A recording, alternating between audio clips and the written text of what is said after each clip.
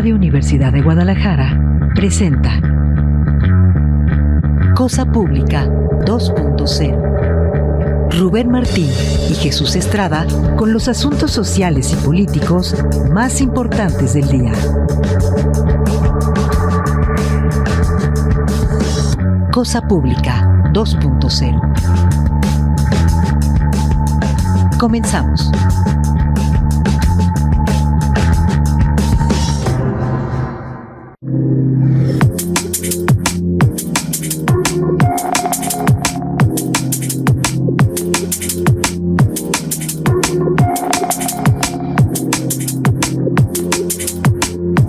¿Qué tal? Bienvenidos a Cosa Pública 2.0. Muchísimas gracias por estarnos acompañando en este jueves 28 de agosto, donde como cada tarde vamos a presentarle una selección de los temas sociales y políticos más relevantes de la agenda informativa. Vamos a abordar los temas habituales que nos parecen relevantes compartir con ustedes, como es la crisis por desaparición de personas y es, entre otras cosas, una queja de los familiares desaparecidos que dicen que no confían en los registros. Vamos a dar seguimiento a este asunto muy relevante que fue el asesinato de una familia de Michoacán hace 2 semanas y que eso ha derivado aparentemente relacionado en la desaparición masiva de 4 personas, de tal manera que vamos a presentarle esa información y otros temas que tienen que ver con esta crisis, asuntos de la guerra informal, temas de poderes, este circo que se presentó en el Senado de la República el día de ayer con esta reyerta entre el dirigente nacional del PRI, Alejandro Moreno, y el presidente del Senado, en este caso el partido Morena, Gerardo Fernández Noroña, y todo lo que esto ha derivado, las interpretaciones, las acusaciones, pero que revela el nivel del debate político de nuestra clase política, que evidentemente deja mucho que desear. Dicen pomposamente que el Senado es la máxima tribuna de la nación y ve usted lo que ocurre en el Senado, esos manotazos, esas actitudes de porros como las que tiene Alito Moreno, el dirigente nacional del PRI. Y bueno, todo esto en el contexto de los excesos que se han mostrado en algunos integrantes del partido gobernante Morena. Pero tenemos temas muy importantes que queremos compartir con ustedes y tienen que ver con actos de reivindicación, actos de justicia que llevan a cabo organizaciones sociales. Hace unos meses platicamos con Luis Sánchez Castillo, presidente de la Organización de Invidentes Unidos de Jalisco, y José Antonio García, el abogado de esta organización, el caso de un despojo de la finca que ocupan desde hace décadas y que es propiedad del gobierno del estado. Ahora vuelven con nosotros, pero para platicar, la historia de éxito, porque ya les fue restituida esta propiedad y se reivindicó que tenían ellos la razón de esto. Vamos a platicar más adelante con Luis Sánchez Castillo y Antonio García aquí en cabina en Cosa Pública 2.0.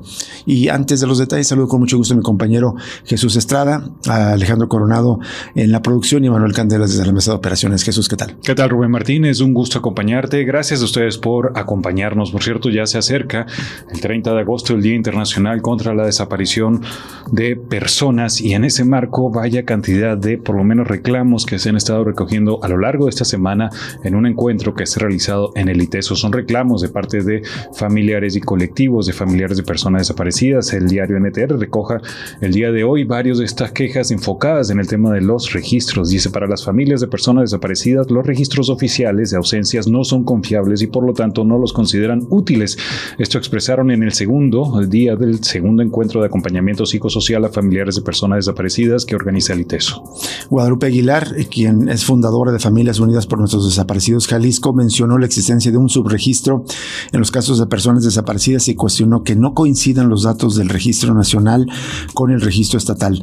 Y la citan: nos dicen que tenemos 18,000 desaparecidos en Jalisco, pero todos sabemos que no es verdad. Todos.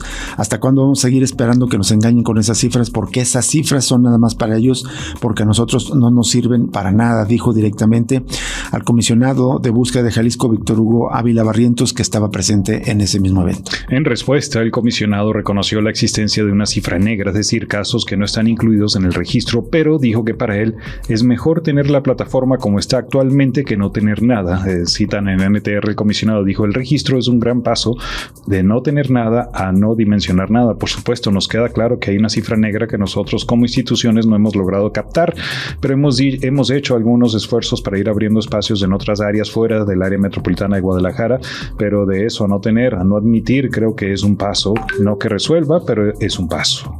Añadió que evidentemente hay diferencias con el Registro Nacional porque tienen un severo problema tecnológico, técnico, porque hay casos no duplicados, tenemos casos que están repetidos hasta 8 veces, por eso no se ha alimentado. Nosotros hemos enviado la base de datos completa de Jalisco para que la Comisión Nacional la actualice y hasta ahorita no ha podido suceder eso. Le están, como se dice coloquialmente, echando la bolita al gobierno federal, en concreto a la Comisión Nacional de Búsqueda de la Secretaría de Gobernación, que administra este registro nacional, pero no admiten que ellos, el gobierno del estado, desde marzo de 2002, hace más de 3 años, dejaron de actualizar ese registro. En tanto, otro de los buscadores, que prefirió no mencionar su nombre ahí en el evento, reclamó al comisionado que no solo hay fallas en los registros, sino también en la forma como la dependencia a su cargo y la Vicefiscalía de Personas Desaparecidas documentan la información. En su caso, hay discrepancias en datos como el municipio y la colonia de desaparición entre lo documentado en la carpeta de investigación y lo que está en la cédula de búsqueda. Además, dijo que los datos sobre los tatuajes tampoco coinciden. Pidió corregir estas fallas para que no interfieran en la búsqueda. El problema, lamento, es que hay dilación en las instituciones para poder generar este tipo de procesos. Bueno, y solo en la actualización, y ayer también lo habíamos comentado, ya son 15 cuerpos encontrados en la fosa de San Sebastianito, que es un panteón municipal del gobierno de San Pedro Tlaquepaque, y que el colectivo de Madres Buscadoras de Jalisco empezó a hacer trabajos de búsqueda y después intervinieron las autoridades, esto a partir de una llamada anónima. Las labores de búsqueda, se dice en esta nota, los compañeros de NTR comenzaron el 16 de agosto. Y vamos a otra nota. Confirman desaparición de 2 agentes viales, esto en Teocaltiche. La Coordinación Estratégica de Seguridad de Jalisco confirmó la desaparición de 2 elementos de vialidad en Teocaltiche ocurrida el mes pasado, quienes hasta el momento continúan sin ser localizados. Por su parte, las autoridades sostienen que el municipio se mantiene pacificado. El coordinador estratégico de seguridad, Roberto Alarcón, señaló que se ha reforzado la presencia de la Policía Estatal, la Guardia Nacional y de la Secretaría de la Defensa Nacional en coordinación con las corporaciones municipales. Esto es una de las declaraciones más surrealistas del día, me parece. Dijo el coordinador de seguridad: se están redoblando los esfuerzos de patrullaje, de presencia para tratar de acabar con esta incidencia que efectivamente se ha mostrado en estos últimos días, y me parece que con algunos eventos como los que ya ustedes conocen. En Teocaltiche está pacificado, aseguró. Las autoridades destacaron que los operativos y la vigilancia forman parte de un plan continuo para garantizar la seguridad, pero está el contraste: 2 agentes viales desaparecidos, y también Notisistema recuerda como contraste que en lo que va de este año 12 mujeres han sido asesinadas a tiros allá en Teocaltiche. Bueno, en otra nota, después de la inspección de 100 llamados anexos, se han localizado 12 personas. La Fiscalía del Estado inspeccionó 100 centros de rehabilitación conocidos como anexos en más de 20 municipios, localizando 12 personas reportadas como desaparecidas, asegurando 5 inmuebles y cumpliendo el mismo número de órdenes de aprehensión. Los operativos realizados entre el 6 de diciembre de 2024 y el 27 de agosto, es decir, el día de ayer, han atendido cerca de 1,500 personas internas a quienes se les informó sobre sus derechos y las acciones a seguir en caso de ser víctimas de algún delito. Dice el boletín que a través de sus vicefiscalías en investigación especializada en concertación social, investigación regional y personas desaparecidas, la Fiscalía ha trabajado de manera conjunta y por separado en coordinación con autoridades estatales y municipales para garantizar la legalidad y procurar justicia dentro de estos establecimientos, es decir, los anexos. Como parte de esta información se señala que en la colonia Las Conchas de Guadalajara un establecimiento fue clausurado por carecer de licencias municipales, y esto permitió que 29 personas internas fueran reintegradas a sus familias. Mientras tanto, en la colonia Mesa de los Ocotes de Zapopan, un centro fue clausurado por irregularidades, incluida la falta de licencia, y 51 personas fueron devueltas a sus familiares luego de que una denuncia anónima por presunto maltrato no fuera comprobada. Con esta acción, la Fiscalía de Jalisco busca proteger a las personas que acuden a los centros de rehabilitación, se señala en este boletín. Y en otro caso, un joven identificado como Christopher Joseph Moreno Paniagua fue localizado con vida aquí en Jalisco tras ser presuntamente engañado con una oferta laboral en una empresa de seguridad el 17 de julio. Sin embargo, otro joven que lo acompañaba no ha sido ubicado, al igual que otros 3 queretanos que desaparecieron el 6 de agosto con promesas de trabajo en Tamaulipas, de acuerdo con el secretario de Gobierno, Eric Gudiño, una nota del diario Milenio. Eso cuenta que ya apareció, estamos en contacto con la familia, el otro joven sigue en carácter de desaparecido, es lo que señaló el secretario de Gobierno. En el caso de este joven localizado, fue llevado de Querétaro a Jalisco. La Asociación Civil Desaparecidos Justicia se confirmó la localización, aunque no especificó en qué condiciones se logró su ubicación, pero confirmó que este operativo se realizó en coordinación entre las instancias de Querétaro y de Jalisco. Asimismo, señaló que gracias a este trabajo conjunto fue posible ubicar al joven y dar tranquilidad a su familia, que desde su ausencia solicitó apoyo para encontrarlo. Lograron la localización con vida del joven Christopher Joseph Moreno Paniagua, queretano, quien con promesas de trabajo de una supuesta empresa de seguridad fue llevado de esta ciudad de Querétaro al estado de Jalisco. Son las declaraciones del secretario general de Querétaro y se trata pues evidentemente de otro caso de reclutamiento forzado.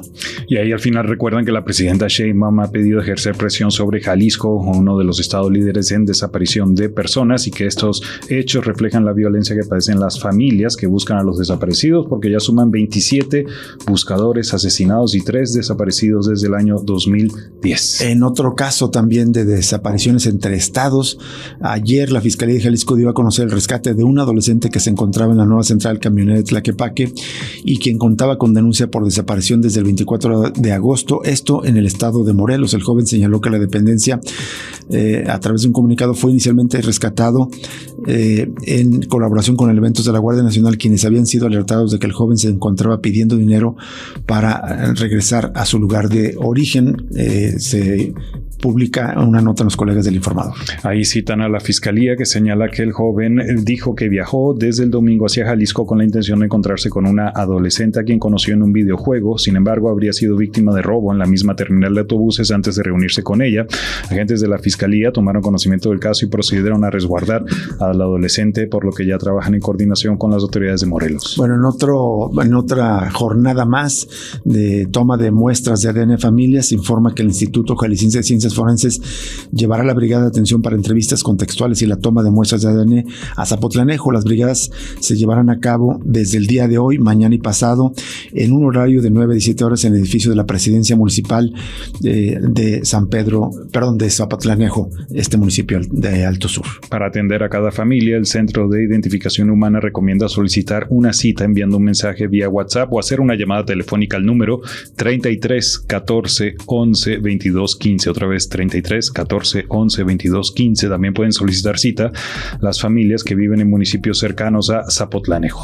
Bueno, en otra nota, en el Congreso del Estado se aprobó ya a dar entrada a comisiones a una iniciativa que dará apoyo a familias de personas desaparecidas. En comisiones se aprobó el dictamen de la iniciativa Familias Buscadoras, Familias Paritarias, que contempla que los familiares de personas desaparecidas sean reconocidos como un grupo prioritario y vulnerable, y con esto pueden ser beneficiarios de asistencia social. Próximamente se discutirá en el Pleno del Congreso. El impulsor de la ley, el diputado Leonardo Almaguer, dijo que la iniciativa fue aprobada de manera unánime por las 3 comisiones que la evaluaron, y dice que la iniciativa contempla que los familiares de personas desaparecidas sean reconocidos de manera oficial como grupo prioritario y vulnerable, lo que es un paso para reconocer sus derechos, y que podrán ser beneficiarios de asistencia social a nivel estatal. En otro caso de desaparición de jóvenes, esto en Guanajuato, 2 adolescentes que fueron reportados como desaparecidos fueron localizados en un operativo de la Secretaría de Seguridad en Pénjamo. Esto allá en Guanajuato, en un inmueble que servía como centro de operación del cártel Jalisco Nueva Generación. Ambos adolescentes estaban heridos, fíjense, y fueron trasladados para que recibieran atención médica, pero uno de ellos murió hora después en el hospital, cuenta la revista Proceso. Esto es sumamente delicado. Me recuerda el caso de los 2 jóvenes de aquí de Jalisco que fueron localizados en Sinaloa también en una situación de combate. En este caso, uno de los jóvenes murió, el otro está herido. Según un comunicado difundido por el gobierno de Guanajuato, en el inmueble ubicado allá en Pénjamo se aseguró armamento, cartuchos, equipo táctico y un vehículo sin que haya personas detenidas hasta el momento. También se dio a conocer que los 2 menores contaban con reporte de alerta Amber. Los 2 adolescentes encontrados durante el operativo son originarios de Pénjamo y habían sido reportados como desaparecidos desde el 12 de agosto. Se trata de Ángel Uriel, de 17 años, y de Leonardo Alejandro, de 14 años. Y ya para irnos, pues también se está recordando que a un año de la desaparición del defensor José Gabriel Pelayo, la Fiscalía de Michoacán ni siquiera ha realizado diligencias básicas, denunciaron sus familiares en marzo, mientras que en Guerrero, familiares, colectivos, organizaciones siguen buscando a Vicente Suástegui Muñoz, opositor a la presa hidroeléctrica de La Parota en los cerros de Acapulco, reporta el portal Educa Oaxaca. Bueno, ahí comenten, lo vamos a compartir también, que se está presentando un programa de radio que busca visibilizar los casos de personas indígenas desaparecidas en el país. El programa es de Radio Derechos Indígenas, ya lo compartimos en nuestras redes sociales. Vamos a una pausa y regresamos con la entrevista de esta tarde aquí en Cosa Pública 2.0. Cosa Pública 2.0.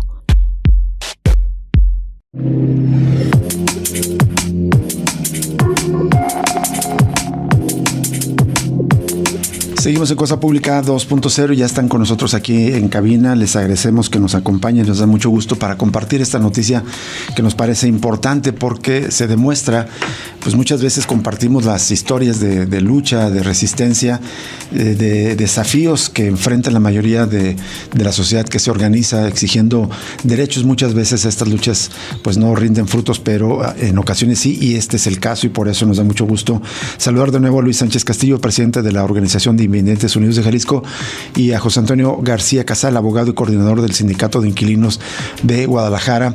Esto es para que nos compartan el desenlace de esta historia, que en resumidas cuentas, ahorita evidentemente no lo contarán, pero fueron desalojados de una vivienda que ocupaban en Belén 457, una vivienda, una propiedad en origen del Estado que estaba entregada como dato a esta asociación, a esta Organización de Invidentes de Jalisco, y alguien presentó una supuesta escritura que le concedía la casa y por eso los desalojaron, pero luego hubo una historia de organización, de lucha, de reocupación de ese caso, y ahora nos vienen a contar el desenlace. Antonio García y señor José Luis, sí. Luis Sánchez, muchísimas gracias por estar con nosotros. Gracias a ustedes. Buenas tardes a todos, ¿verdad? Y muchísimas gracias por la invitación que nos hacen. Pues le estamos muy agradecidos dentro de lo que corresponde a la entrevista anterior. Sí. Dado a esa entrevista, yo pienso que influyó mucho para que las personas pudieran tener más accesibilidad hacia nosotros, en este caso, en otorgarnos nuevamente nuestra vivienda. Nos hacen un resumen, don Luis, cómo fue que ocurrió, desde cuándo están ustedes, esta Organización de Invidentes Unidos de Jalisco, en posesión de este inmueble que es de propiedad del Estado, y cuándo ocurrió este desalojo, para recordar pues al auditorio cómo ocurrieron los hechos. Sí, la vivienda la poseemos dentro de 1980 a través del gobernador en ese tiempo, ¿verdad? Flavio Romero de Velasco. Entonces en el 83 pues entran las personas que ahora sí que se presentaron como dueñas. Fue por lo cual nosotros nos sentimos desorientados porque contamos con el comodato. Entonces y cuando se presentaron la secretaria del juzgado noveno, pues nos sorprendió en esa forma, pues porque le dijimos que teníamos el comodato que había sido otorgado por el gobierno del Estado, pero dijeron que eso no nos servía de nada, entonces que nos teníamos que abandonar ahí, o que nos iban a dar a través de la fuerza pública nos iban a desalojar. Siento yo que fue prepotente en la forma que nos exigieron que desalojáramos ahí. Entonces de ahí comenzamos a tener ya nuevos, pues a tratar de recuperar la casa en relación a acudir con el gobierno del Estado, que nos mandaron a diferentes instancias del gobierno para que fuéramos escuchados, pero salió el gobierno anterior y entra ahora el gobierno actual, y parece que como que ya comenzaron a tomar diferente dirección, ¿verdad? De mayor respuestas satisfactorias, y pues también dentro de lo que corresponde a nuestras acciones que tomamos fueron las marchas, que gracias a Dios y aquí al licenciado Antonio, pues es una de las personas que impulsó para que nosotros tuviéramos otro tipo de a menos de tendencias para poder volver a recuperar nuestro inmueble. Él fue una de las personas que nos motivó mucho para que no dejáramos de lado de nuestro propósito de recuperarla. Y fue en mayo de 2024, Antonio, y decidieron entonces, eso es la historia que nos contaban hace un par de meses, reocuparla, la vivienda. Si quieres completar la historia, Antonio. Sí, muchas gracias. Gracias por la invitación, un gusto estar aquí con ustedes en cabina. En marzo ellos marcharon frente a Palacio de Gobierno, cerraron Juárez por ahí por unos minutos. Y algunos medios cubrieron la nota, que fue como llegó a nosotros. Y desde este espíritu del sindicato de inquilinos, pues dijimos, debemos de ayudar. Si es que existe, ¿no? Este espíritu a favor de los inquilinos. Creíamos que eran inquilinos, no lo son, ¿no? Son comodatarios. Ellos tienen todo el derecho para estar ahí. Y ya pudimos ver los papeles, demostrar que en efecto el inmueble es del gobierno del estado desde 1980 y que se había llevado un juicio sin el conocimiento de ellos, porque pues nunca se los entregaron, porque nunca hubo braille, porque nunca hubo un medio distinto para que ellos como invidentes pudieran defenderse. La actora más bien es la vecina contigua. Uh-huh. Y entonces cuando quedó perfectamente claro, recordando pues lo que sucedió, decidimos en asamblea pues retomar la casa. Y entonces utilizamos este Viernes Santo que se suele usar para despojar o destruir inmuebles patrimoniales. Decidimos pues usarlo ahora para una causa social. Y pues así fue. Agarramos un cerrajero de confianza, le explicamos la situación, confió en nosotros y entramos. Entonces ya desde el Viernes Santo, que cayó en 17, me parece, 17 de abril. De abril o mayo. De abril, ¿no? Fue cuando regresamos. Ellos tienen las fechas más presentes que yo, son re buenos para la memoria. Y desde entonces así hemos estado en esta como ambigüedad legal de que pues el gobierno es el propietario, pero un juez civil de aquí del estado de Jalisco dijo que aunque el gobierno fuera el propietario y ellos sean los comodatarios, una tercera persona que nada que ver debía de tener la posesión. Incluso con su teléfono particular tenía el letrero de se renta. Uh-huh. Y ya que regresamos, incluso encontramos un contrato de renta que ya lo habían rentado, ya estaba acomodada la casa, ya iban a poner un Carl's Jr. o algo así, ¿no? Entonces, pues desde entonces hemos estado pues con miedo, ¿no? Con el miedo de que por la misma fuerza judicial o por policías con tenis, pues llegaran y nos lanzaran, ¿no? Entonces lo que venimos a compartirles aquí es la gran noticia de que tras... Digamos, perdón que te interrumpa, Antonio, eso era más o menos la historia que nos habían contado hace un par de meses y algo cambió recientemente, ¿no? Sí, pues tiene que ver también el exhorto que el Congreso del Estado tuvo a bien regalar, ¿no? Fue una gran aportación porque fue público, fue una votación unánime. Entonces también pues ahí hay mucho y ahí exhortan al gobierno del estado a través de la Consejería Jurídica que presente los amparos necesarios para la defensa legal, uh-huh. ¿no? Cosa que nosotros ya no podíamos hacer porque ya estaba vencido cualquier término. Son 15 días hábiles y nosotros llegamos casi un año después. Ya no podíamos promover nada o era depender ahí de una suerte que no sucede aquí en Jalisco. También exhortan a la Comisión Estatal a proteger y a dar recomendaciones. Sí, nos mandó policías a que cuidaran ahí mientras estábamos y ya. Y exhortan al Consejo de la Judicatura que, pues, a que les jale las orejas al juez sí. ¿no? Y pues no, tampoco. Entonces, pues seguimos insistiendo, medios, redes sociales, la comunidad, sociedad civil organizada y nada. La Consejería Jurídica seguía apagada tras más de 12 meses, se llegó el aniversario y nada. La Consejería Jurídica es del Poder Ejecutivo, está adscrita a Secretaría de Gobierno, ¿no? A Secretaría de Gobierno, sí, es la titular es Tatiana Naya. Uh-huh. Y entonces, pues tras varias reuniones, algún día nos cancelaron la siguiente reunión que teníamos, era casi siempre a principios de mes. Y de un día para otro me hablaron por teléfono, esta persona que no voy a decir su nombre, y me dice, no, pues no los vamos a recibir. Dije, oye, pero pues quedaron que el amparo ya lo habían presentado, incluso nos habían dicho en la última reunión. Pues resulta que no. 42 días después, nada. Nada de información. Entonces nos organizamos, fue solicitud del presidente Luis. Dijo, pues vamos. Y agarramos este camino, pues ahí somos vecinos del Congreso y del Palacio de Gobierno. Y fuimos 7 compañeros, de la directiva de la asociación civil y un servidor, y pues nos metimos hasta la oficina de la Consejería Jurídica, ¿no? Y pues ahí de muy mala gana nos atendió la titular. A mí personalmente me regañó, me dice que a la autoridad no se le debe de tratar así, que no se le debe exigir y que hay que guardar las formas. Que hay que respetar el poder. Hay que respetar el poder, así me dijo, y dije, bueno, pero pues denos resultados, ¿no? Claro. O sea, qué necesidad de venir aquí a ponernos a exigir. Y ya de ahí salió que sí, por fin, 42 días después de cuando nos habían dicho, ya habían presentado el amparo y habían logrado un primer objetivo ahí más o menos. Pedían 20,000 pesos de fianza para que no los molestaran. No quisieron dar los 20,000 porque pues si dan los 20,000 quiebra el estado de Jalisco, ¿no? Entonces había que cuidar las finanzas. Nos dijeron, estaba a unos días ya esa era la suspensión provisional y a unos días iba a celebrar ya la audiencia de suspensión definitiva. Entonces tampoco no vimos necesario hacer más ruido. Dijimos, bueno, pues nos esperamos a la definitiva.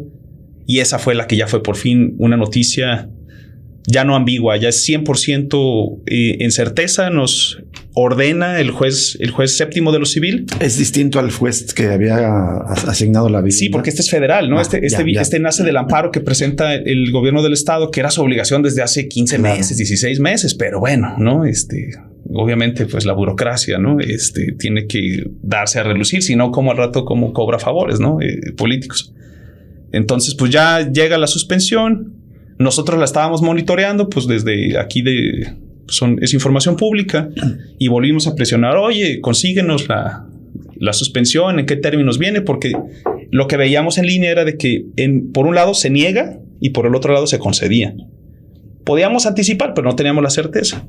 Y entonces, pues la consejera dijo, no, pues el viernes vamos a ir y pues recíbanme, ¿no? Apapáchenme y demás. Pues está bien, ¿no? O sea, se ha portado ya muy bien, ya tras la riña conmigo en lo personal, con ellos es más que generosa, ¿no? Entonces, pues así fue, y el viernes la estuvimos esperando. ¿El viernes pasado? El viernes pasado, sí. Y nos citó a las 2, ahí estuvimos desde la 1:30, pues para cualquier cosa que se ofreciera. Llegaron las 3 y llegó un abogado, Fernando Chauri. Él sí, todos mis respetos. Yo sé que él hizo el amparo, yo estuve ahí muy cerca con él. Con la buena noticia, dice, sí, concedieron la suspensión para entregar de inmediato la posesión jurídica y material al gobierno del estado. Se vale, ¿no? O sea, no necesariamente a ellos, a los invidentes unidos, pero aún así, pues el comodato ya lo respalda, ¿no? El comodato sigue estando vigente por tiempo indefinido, dice, ¿no? Entonces, en ese tema no hay problema.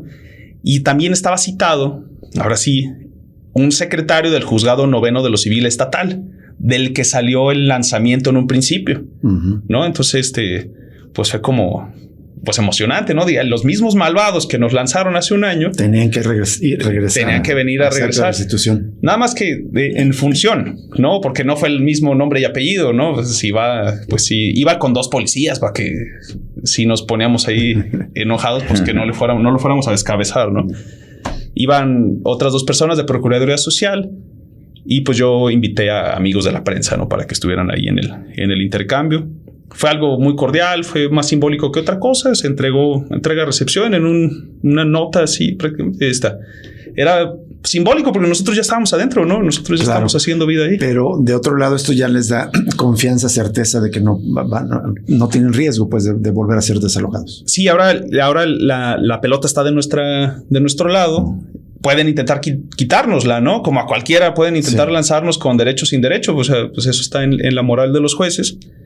Pero sí, teniendo ya la pelota de este lado, pues no la vamos a soltar. Se los aseguro y tenemos la certeza. Ahora corresponde al gobierno del estado también efectuar, digamos, devolver justamente la propiedad a ustedes, ¿no? Sí, estamos valorando. Hemos recibido llamadas de diputadas y demás contentas con la noticia.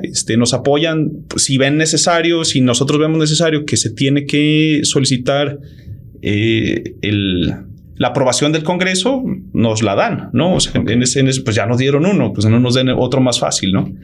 Pero sí corresponde entonces al Poder Ejecutivo seguir la lucha para que esta suspensión definitiva se convierta en un amparo definitivo, y entonces que ese mismo destruya lo que hizo el juzgado estatal, ¿no? Y entonces sí, por definitiva. Pero aún así, como ya teníamos la posesión, ahora posesión jurídica y material, ya no hay forma, o sea, ya no va a haber posibilidad jurídica de que nos puedan lanzar. Vamos a hacer una pausa y regresamos a esta conversación con don Luis Sánchez, presidente de la Organización de Invidentes Unidos de Jalisco, y Antonio García Casal, abogado de esta organización. Vamos al corte de identificación de estación y volvemos en esta charla.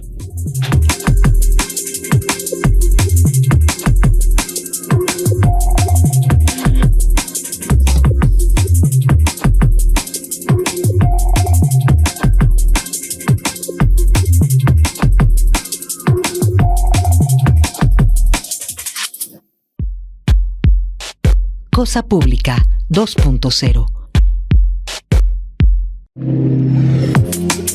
Seguimos en Cosa Pública 2.0 y estamos conversando con Luis Sánchez Castillo, presidente de la Organización de Invidentes Unidos de Jalisco, y Antonio García, el abogado de esta agrupación y también coordinador del Sindicato de Inquilinos de Guadalajara, pues con esta buena noticia de que por fin, y debido a la presión y a la organización de los propios invidentes en esta organización, pues lograron que el gobierno del estado interpusiera estos recursos y le devolvieran la propiedad, y ahora ya están en firme posesión de esta finca de Belén 457, muy cerca del centro de la ciudad y del Panteón de Belén, y que pues esto les permite ya tener más certeza. Don Luis, ¿qué representa para ustedes ya tener la seguridad de que no los van a ser desalojados de nuevo? ¿Y qué sigue para la Organización de Invidentes Unidos?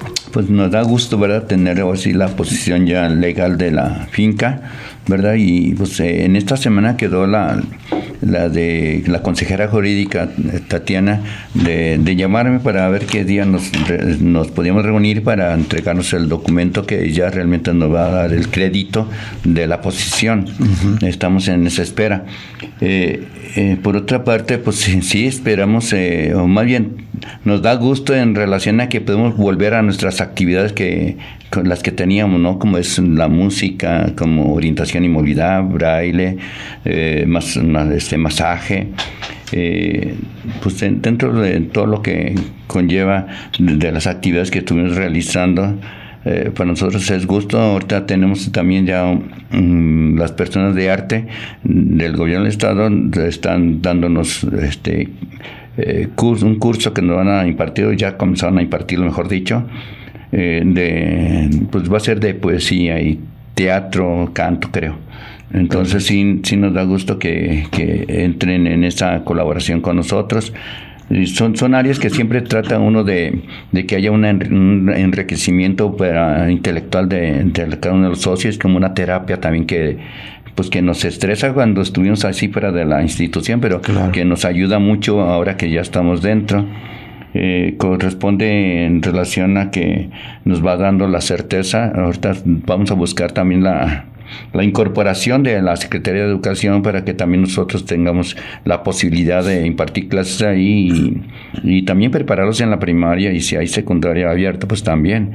Entonces sí, nuestra intención es que nos preparemos lo mejor posible ahí los compañeras y compañeros de nuestra asociación. Eso ahorita nos da la certeza en relación a que podemos tener ya ahora sí la seguridad de que no vamos a ser molestados nuevamente, y por el otro es inquietud porque nuestra casa sí requiere de remodelación. Están diciendo que las láminas que arriba nos sirven como de techo para que no penetre pues el sol así de manera directa o el viento, ¿verdad? Ya son láminas muy viejas y que se están deteriorando y que están ocasionando polvo. Yo no sabía que ocasionaban las láminas que ya tenían mucho tiempo de uso, ese polvo, ¿verdad? Que sí afecta, no sé, a las personas que les caen alrededor pues de nuestra casa, pues a nosotros mismos también. Entonces sí se requiere de reparación en nuestras instalaciones. ¿Y hay, digamos, compromiso del gobierno para dar mantenimiento a la finca? Sí, nos dijeron que iban a... De hecho, fue una persona, maestro de obra, que la llevó a través de la licenciada Tatiana, uh-huh, que hizo una evaluación del inmueble, pero nos dijeron que es lo que se nos va a arreglar. Van a ser los baños, creo, parte donde esté humedeciéndose, el techo también, o sea que varias de lo que no esté bien van a remodelarlo, según esto, reactivarlo. Muy bien. Yo quería preguntarte, José Antonio, aprovechando el contacto, esta situación tú señalabas que fue por burocracia, digamos, estas omisiones del gobierno para permitir este desalojo sin sustento legal, pero desde tu punto de vista como abogado y desde el sindicato de inquilinos, ¿qué tan común es que ocurra esto? ¿Y solo es por burocracia o este tipo de omisiones puede deberse en ocasiones a tratar de favorecer a otra parte, probablemente con mayores intereses, digamos, económicos o políticos? No sé. ¿Simplemente son omisiones? No, tienes razón. Más bien, me disculpo porque si vi entender eso. Más bien, la burocracia fue que el gobierno del Estado como propietario no actuó. Ajá. La omisión del gobierno del Estado de defender lo suyo. Eso fue la burocracia, ¿no? Del juez, no, no tenemos las pruebas a ciencia cierta, pero sabemos que hay negligencia, que hay elementos suficientes para que la Fiscalía Anticorrupción los esté investigando.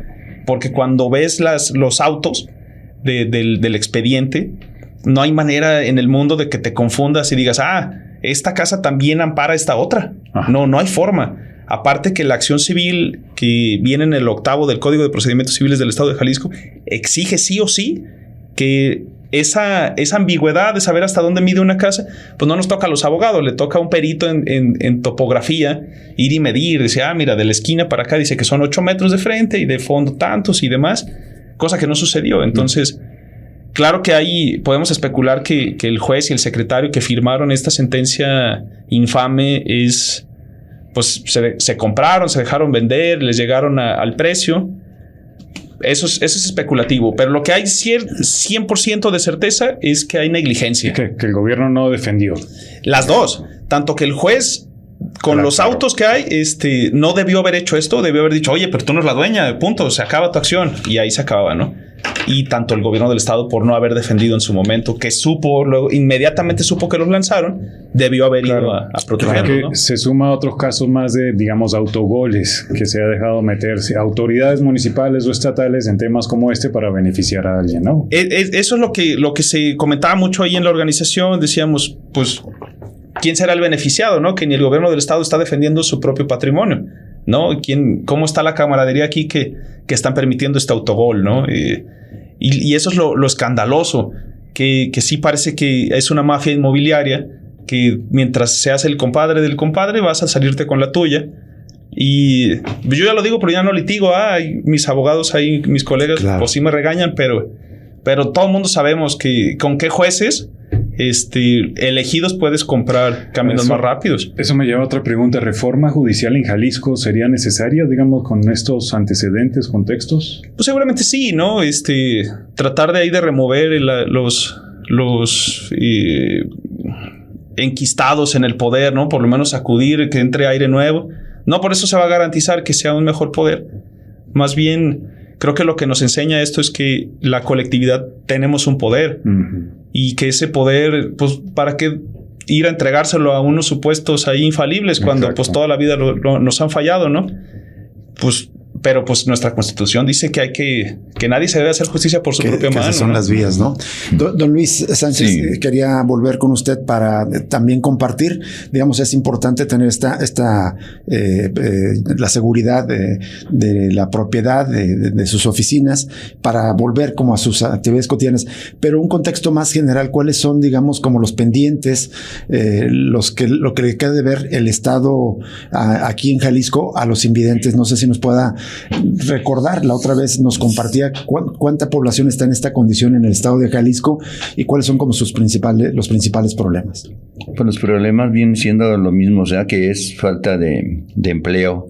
Ahorita la organización contaba con un subsidio del gobierno del estado, otro municipal de Guadalajara, pues nos los quitaran. Sí necesitamos que nos lo regresen porque estamos ejerciendo. ¿Cuándo se los quitaron? ¿En este gobierno? No, ya en gobiernos pasados. Uh-huh. Yo duré, la vez pasada le hice el comentario de que yo duré un tiempo fuera de la organización. Sí. En ese inter fue cuando sucedió esto de que retiraron los subsidios. Sí.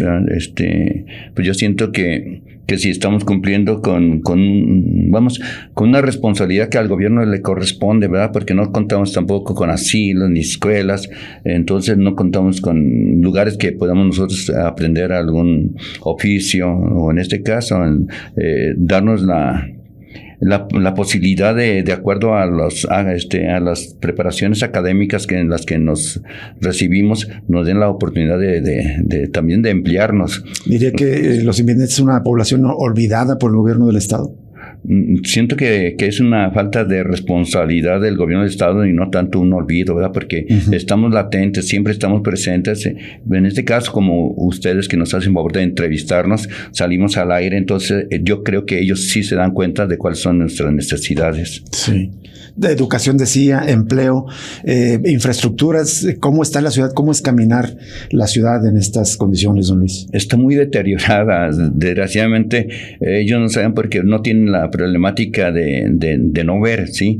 Pero nosotros que sí, día con día nos enfrentamos a caminar por las banquetas o las calles mismas, ¿verdad? Nos encontramos que están muy deterioradas, o sea, están con muchos baches, con parte de la banqueta que está como en tierra, están las alcantarillas que también están expuestas también a que nos podemos caer, y de hecho nos hemos caído y nos hemos lastimado, pero no hay quien nos ayude en relación a los gastos médicos que ocupamos cuando nos lastimamos alguna pierna o rodilla o parte del cuerpo mismo.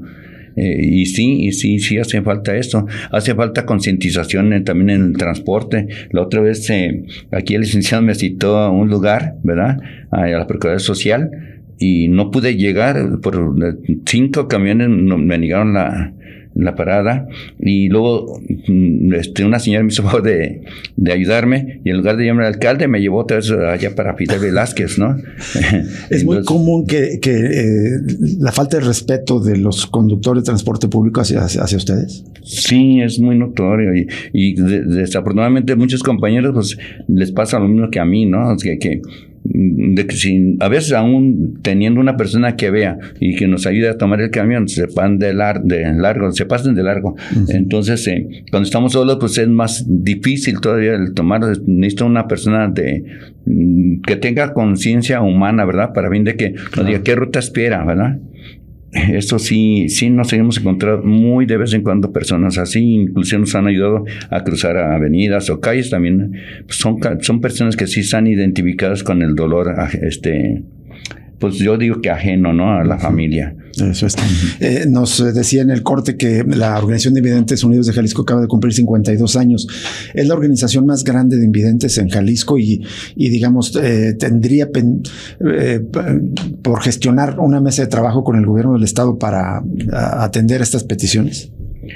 Sí nos gustaría más bien tener esa mesa de trabajo para poder también externar todas nuestras necesidades, ¿verdad? Como asociación y también como, digamos, como habitantes del estado de Jalisco y de México, porque son personas que vienen de diferentes estados las que conformamos la organización. Entonces, sí nos gustaría tener una mesa de trabajo con el gobierno del estado para que nos pueda facilitar, ¿no?, lo necesario para poder ejercer nuestra acción social. Es importante en relación a que pues haya disposición de parte de nuestras autoridades para que también nos den los accesos que necesitamos. A veces tenemos que hacer filas y en las filas, cuando adelanta la fila, no nos dicen adelante, nos quedamos atrás. Entonces, por eso decíamos anteriormente que había ventanillas especiales que nos atendieran y sí hubo un tiempo, pero no las respetan. Entonces sí hay muchas cosas que sí debemos de hablarlas y también de comprometerlas, ¿verdad? Claro. Dentro de lo que corresponde a los subsidios, sí me gustaría que se volvieran a reactivar los subsidios de acuerdo a nuestra necesidad. Somos 120 personas y dentro de esas 120 personas invidentes están nuestras familias también, que muchas también de nuestra familia son grandes y pues también ya no tienen la misma energía para ayudarnos. Entonces sí es importante que tengamos la infraestructura para que podamos nosotros desarrollarnos dentro de la sociedad. Muy bien. Antonio, ¿sería un pendiente, digamos, gestionar estas mesas de trabajo? ¿Está platicado con la consejera jurídica? ¿O no? Con la consejera directamente no. Digo que yo y ella no tenemos la mejor relación. Pero sí, ya vimos que quizás hay... a través del Congreso. El Congreso sí, sin duda. Con el Congreso ya presentamos una solicitud para reactivar, vamos a decir, un acuerdo legislativo del 2012 en tiempos de Emilio. Se aprobó también por unanimidad darles el apoyo económico en forma de 2 salarios del pago de la luz, del agua, de la remodelación que necesite la casa y demás. No tanto por esta supuesta lástima, es porque el Estado no está haciendo su claro. No hay, yo los invito a ir, o sea, en el Hospital Civil está la unidad de oftalmología, que intentan salvarte los ojos, pero una vez que ya pierdes la visión, ¿a dónde vas? O sea, es una función que el Estado no está cubriendo, gracias, sí, ajá. Y entonces que solo la Organización de Invidentes Unidos de Jalisco. Hay 2 escuelas para menores, el Instituto del Niño y la Niña Ciega, pero ya que cumplen la mayoría de edad, ya que terminan los estudios, ya no hay a dónde ir, más que con ellos. Entonces están completamente abandonados. El gobierno no hace lo propio. En cuanto, como dice el presidente, en cuanto ellos se echan para atrás, al gobierno se le olvida que existen. Entonces sí, está esa solicitud que presentamos. Creo que la están recibiendo, ahora sí que con buenos ojos. Las diputadas de la Comisión de Hacienda son las que les corresponde ahora esto, subirlo al Pleno. Entonces parece que sí, están haciendo lo propio y correcto. Nosotros, no quiero mencionar nombres porque somos una AC, somos apartidistas, somos sin colores y demás. Entonces, pues esperamos que como la vez pasada haya apoyo unánime y que lo antes posible les estén reparando en dinero, ¿no? Pues si quieren, más adelante justo vemos cómo van estas gestiones para seguir compartiendo las necesidades de los invidentes de Jalisco, en particular de esta Organización de Invidentes Unidos de Jalisco. Muchas gracias, don Luis Sánchez, por estar con nosotros de nuevo. Gracias a ustedes, Rubén Martín, ¿verdad? Y sí. Jesús Estrada, por darnos esta oportunidad de expresarnos públicamente a través de su programa, y felicidades por su programa, que es magnífico. Muchas gracias. Se lo agradecemos mucho, don Luis, y gracias, Antonio García, de nuevo, gracias por estar con nosotros. Vamos a la pausa y volvemos.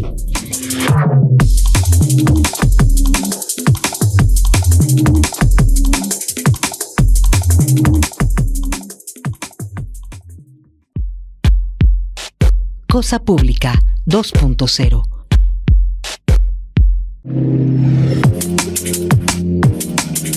Seguimos en Cosa Pública 2.0 en estos minutos que nos quedan de este jueves 28 de agosto, y justo, digamos, un poco relacionado con el tema que acabamos de conversar con don Luis Sánchez y Antonio García sobre cómo a veces no legislan y no defienden bien los intereses. Hay otro caso que podemos relacionarlo, y es que el gobierno del estado perdió un juicio que implica la devolución de 5.75 hectáreas de Colomos 3.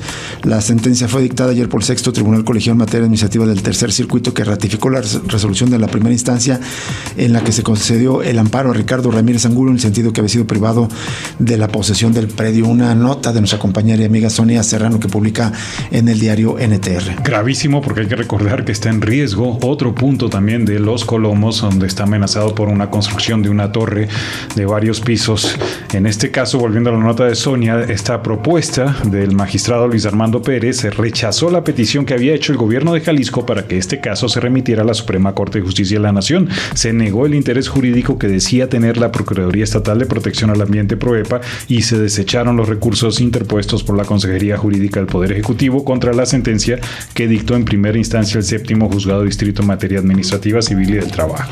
Qué curioso que no son buenos o no tienen los recursos suficientes para defender el patrimonio público, el bien común, y sin embargo sí funcionan muy bien como gestores de los negocios privados. Es absurdo todos estos casos, y en muchos casos, no en la mayoría, pero sí en muchos casos se trata justamente de patrimonio en áreas naturales protegidas, como es justamente Los Colomos. Ya les vamos a compartir la nota completa en redes sociales, y queremos cerrar informándoles de la situación en Gaza. Las autoridades de la Franja de Gaza, controladas por Hamas, alertaron este jueves de que más de 315 personas han muerto de hambre en el enclave a causa de la ofensiva de Israel y sus duras restricciones a la entrega de ayuda humanitaria a la población, en el contexto en que se ha intensificado la guerra, el genocidio, con la toma de la ciudad de Gaza. Ahí se recuerda que en concreto, según datos del Ministerio de Sanidad gazatí, son 317 personas que han muerto de hambre, entre ellas 121 niñas y niños. una cifra que incluye 4 fallecidos por hambre en las últimas 24 horas, y también pues se recuerda que las vidas de más de 500,000 niños menores de 5 años están amenazadas directamente por la propagación de epidemias y enfermedades infecciosas en la Franja de Gaza. Y se reporta también que al menos 16 palestinos en Gaza fueron heridos y atacados por las fuerzas de seguridad de Israel, informan los medios locales. Nos vamos ya. Antes quiero hacer una invitación. Se presenta el libro El relato de una resistencia a las 6 de la tarde aquí en la librería Carlos Fuentes, que está dentro de la Biblioteca Pública del Estado, aquí en el Centro Cultural Universitario. Está invitado, va a participar el autor de este libro, Javier Armenta, junto con Violeta Meléndez. Los vamos a estar acompañando. Para las personas que quieren estar, que estén interesadas, los esperamos a las 6 de la tarde en la librería Carlos Fuentes. Nos vamos. Hasta mañana. Muchas gracias.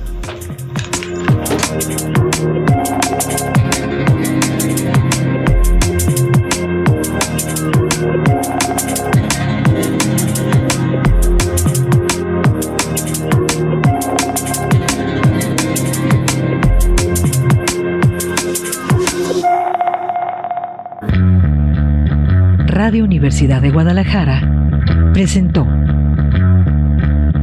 Cosa Pública 2.0. Rubén Martín y Jesús Estrada con el análisis crítico de la actualidad.